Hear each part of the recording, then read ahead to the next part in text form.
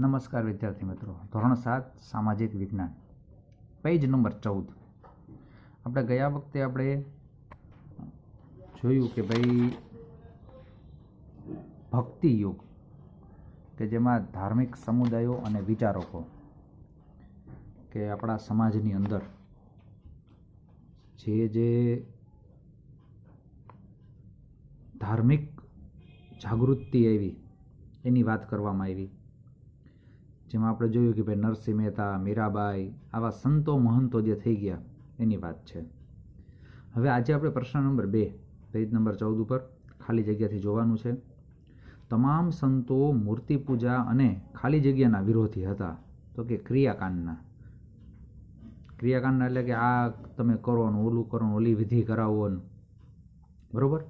તો એવું કાંઈ હતું નહીં. એ લોકો માત્ર હવનમાં માનતા. આપણે તમે જોયું કે રામાયણ મહાભારતમાં તો જે સાધુ સંતો હતા તો એના આશ્રમની અંદર બેઠા બેઠા હવન કરતા. તમામ સંતોએ લોકોને ખાલી જગ્યા ભાષામાં ઉપદેશ આપ્યો. તો કે લોક ભાષામાં. લોક ભાષા એટલે કે જે વિસ્તારમાં રહેતા હોય એ વિસ્તારના જે લોકો જે ભાષા સમજતા હોય એ ભાષામાં એને ઉપદેશ આપતા. રામાનુજાચાર્યના પિતાનું નામ ખાલી જગ્યા હતું તો કે કેશવ હતું. બરોબર, જો યાદ રાખવાનું છે. પછી આગળ આપણે જોયું કે ખાલી જગ્યાએ કૃષ્ણ ભક્તિના ગીતો રચીને બંગાળમાં હરિબોલનો મંત્ર ગુંજતો કર્યો. તો કે ચૈતન્ય મહાપ્રભુએ. જે વિકલ્પમાં આવી ગયું હતું, બરોબર, કે ચૈતન્ય મહાપ્રભુ છે કે જે પશ્ચિમ બંગાળમાં થઈ ગયા, કે જેને હરિબોલનો મંત્ર આપ્યો.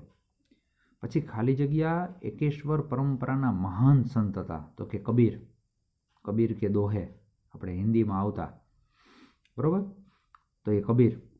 પછી ખાલી જગ્યા એ સંત કબીરનો કાવ્ય સંગ્રહ છે. તો કે બીજક નામના ગ્રંથનું નામ છે. કાવ્યનો સંગ્રહ છે. કોનો છે? એની રચના કોણે કરી હતી? તો કે કબીરે કરી હતી.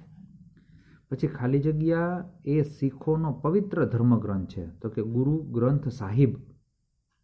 યાદ રાખજો કે શીખ ધર્મનો પવિત્ર ગ્રંથ કયો? તો કે ગુરુ ગ્રંથ સાહિબ. પછી શીખ ધર્મના સ્થાપક કોણ? તો કે ગુરુ નાનક, બરોબર. પછી તુલસીદાસનો ખાલી જગ્યા નામનો ગ્રંથ ભારતીય સમાજમાં ખૂબ જ લોકપ્રિય છે. તો કે રામચરિત માનસ, બરોબર. તુલસીદાસ સે રામચરિત માનસની રચના કરી. એ વ્યક્તિ કે જેને ક્યારેય રામાયણ વાંચી નહોતી છતાં પણ એને રામાયણની રચના, રામચરિત માનસ નામનો આખો ગ્રંથની એને રચના કરી કે ભાઈ શું એમાં છે. પછી નરસિંહ મહેતાના પદો ખાલી જગ્યા તરીકે જાણીતા છે. પ્રભાતિયા, આપણે જો સવારમાં પ્રભાતિયા વગાડતા હોય, ખાસ કરીને ઓલું કહેते કે વૈષ્ણવજન તો તેને કહીએ પીડ પરાઈ જાણે રે. તો આવા પ્રભાતિયા નરસિંહ મહેતાએ લખેલા છે. એના પદ છે. મીરાબાઈ નાનપણથી જ ખાલી જગ્યા હતા. તો કે શું હતા? કૃષ્ણ ભક્ત. કારણ કે નાનપણમાં જ્યારે હતા ત્યારે નાની એક કૃષ્ણ ભગવાનની મૂર્તિ આપીને કીધું કે ભાઈ આ તારા પરમેશ્વર છે, કે જે છે એ તારા આ જ છે. એટલે નાનપણથી જ એને કૃષ્ણ ભગવાન પ્રત્યે લગાવ થઈ ગયો હતો, ભક્તિ થઈ ગઈ હતી. મીરાબાઈ શ્રી કૃષ્ણને ખાલી જગ્યાના રૂપમાં પૂજતા હતા. તો કે ગિરિધર ગોપાલ, મેરે તો એક ગિરિધર ગોપાલ દૂસરો કોઈ નહીં. એટલે કે ગિરિધર ગોપાલના રૂપમાં, મતલબ કે એના નાના સ્વરૂપમાં એને પૂજતા હતા. પંઢરપુરનું ખાલી જગ્યા મંદિર મહારાષ્ટ્રમાં ભક્તિ આંદોલનનું મોટું કેન્દ્ર હતું, બરોબર. કે સુરદાસે મંદિર, પંઢરપુરનું જે મંદિર છે એ મોટું કેન્દ્ર હતું. સંત કવિ તુકારામે રચેલા ખાલી જગ્યા ખૂબ જ જાણીતા છે. તો કે અભંગો, મતલબ કે એને જે રચના કરી જે પદની, એ અભંગ તરીકે ઓળખાતા, બરોબર. તો એ અભંગો ખૂબ જાણીતા બન્યા. લોકોને ઉપદેશ આપવા સમર્થ ગુરુ રામદાસે ખાલી જગ્યા નામનો ગ્રંથ રચ્યો. તો કે દાસ, ખબર?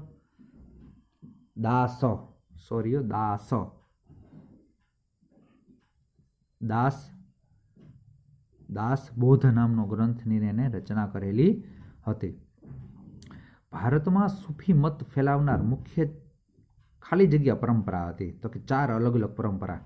એ આગળ આવશે ત્યારે આપણે ચર્ચા કરશું કે ભાઈ 4 પરંપરા કઈ કઈ છે. પછી ખાલી જગ્યા અજમેરમાં ચિશ્તી પરંપરાની સ્થાપના કરી હતી. તો કે મોઇનુદ્દીન ચિશ્તીએ, એટલે જો અજમેરમાં એની દરગાહ છે. પછી ખાલી જગ્યા દક્ષિણ ભારતના લોકપ્રિય ચિશ્તી સંત હતા. તો કે શેખ બુરહાનુદ્દીન, બરોબર, એ દક્ષિણ ભારતમાં પ્રખ્યાત છે. પછી બગદાદના ખાલી જગ્યા સુહરાવર્દી પરંપરાની સ્થાપના કરી. જો એની પરંપરા બધી આવી. તો કે સિયાબુદ્દીન સુહરાવર્દીએ, કે સિયાબુદ્દીન સુહરાવર્દીએ સુહરાવર્દી પરંપરાની સ્થાપના કરી હતી. તો વિદ્યાર્થી મિત્રો, આ 19 ખાલી જગ્યા આપણે જોઈ. તમારે તમામે તમામ ખાલી જગ્યા લખવાની છે અને પાકી પણ કરવાની છે. ત્યારબાદ આવે છે પ્રશ્ન નંબર 3, ખરા ખોટા. જુઓ કે ભક્તિ અને સૂફી આંદોલનને હિન્દુ મુસ્લિમ રાજકીય સમન્વયને જન્મ આપ્યો. તો કે ખોટું. 8મી સદીમાં ઉત્તર ભારતમાં શંકરાચાર્યએ ધાર્મિક આંદોલનની પ્રવૃત્તિ શરૂ કરી હતી. તો કે ખોટી વાત. અલવાર સંતો શૈવ હતા, નૈનાર સંતો વૈષ્ણવ હતા. તો કે ખોટી વાત. કબીર એકેશ્વર પરંપરાનો સૌથી મહત્વના સંત હતા. તો કે સાચી વાત. એકેશ્વર મતલબ એકમાં જ શ્રદ્ધા રાખવાની, એક જ ઈશ્વર, એકેશ્વર, એક ઈશ્વર. ઉત્તર રામચરિત એ તુલસીદાસનું લોકપ્રિય ગ્રંથ છે. તો કે ખોટી વાત. તો કે રામચરિત માનસની એને તો રચના કરી હતી. પ્રેમાનંદ ગુજરાતી ભાષાના આદિ કવિ છે. ખોટી વાત. નરસિંહ મહેતા આવે ને. મીરાબાઈ નાનપણથી કૃષ્ણ ભક્ત હતા. તો કે સાચી વાત. સંતરામપુરનું વિઠ્ઠોબા મંદિર મહારાષ્ટ્રનું ભક્તિ આંદોલનનું મુખ્ય કેન્દ્ર હતું. તો કે ખોટી વાત. જ્ઞાનેશ્વરે મહારાષ્ટ્રમાં ભક્તિ આંદોલનના શ્રી ગણેશ કર્યા હતા. સાચી વાત. સૂફી શબ્દ ઇસ્લામના નૈતિક વિચારો વ્યક્ત કરે છે. ખોટી વાત. દક્ષિણ ભારતમાં શેખ બુરહાનુદ્દીન ગરીબ લોકપ્રિય ચિશ્તી સંત હતા. તો કે સાચી વાત. બરોબર, એ ગરીબ હતા. હવે ત્યારબાદ જો જોડકા આપેલા છે. અ વિભાગની અંદર અલગ અલગ સંત, બ વિભાગની અંદર એની રચનાઓ. પેલું છે સંત કબીર. તો સંત કબીરે શેની રચના કરી? તો કે બીજક, ચોથું બીજક કવિતા સંગ્રહની. પછી ગુરુ નાનક, તો કે એણે કરી? તો કે શીખ ધર્મના સ્થાપક છે, એટલે ત્રીજું. તુલસીદાસ, તો કે કોણ છે? તો કે પાંચમું રામચરિત માનસના રચયિતા. નરસિંહ મહેતા કોણ છે? તો કે પ્રભાતિયાના રચયિતા. મતલબ કે હવે સવારમાં જે પ્રભાતિયા ગાવામાં આવે છે એની રચના કરવાવાળા કોણ? તો કે નરસિંહ મહેતા. ત્યારબાદ બીજું છે કે એમાં અ વિભાગમાં પેલું છે મીરાબાઈ. તેમાં આવશે ત્રીજું ભક્ત કવિયત્રી. કવિયત્રી એટલે શું? જે સ્ત્રી હતા. જો એમાં જે મીરાબાઈ, તુલસીદાસ, સુરદાસ, વિઠ્ઠોબા અને તુકારામ, તો આ બધા પુરુષ હતા. મીરાબાઈ એક સ્ત્રી હતા એટલે કવિયત્રી. પછી સુરદાસ, તો કે સુરદાસ કોણ હતા? તો કે સિરપુર. પછી વિઠ્ઠોબા મંદિર ક્યાં આવેલું છે? તો કે પંઢરપુરની અંદર. તુકારામ, તો કે ક્યાં છે? તો કે અભંગોના રચયિતા. તો વિદ્યાર્થી મિત્રો જોયું કે ભાઈ આની રચના ક્યાં કરવામાં આવેલી છે. તો આજે આપણે પ્રશ્ન નંબર 2, 3 અને 4 જોયા. આ તમામે તમામ તમારે લીથાની અંદર લખવાના છે. ત્યારબાદ હોમવર્કની અંદર પણ કરવાના રહેશે એક વખત. ચાલો આટલું રાખીએ. અસ્તુ.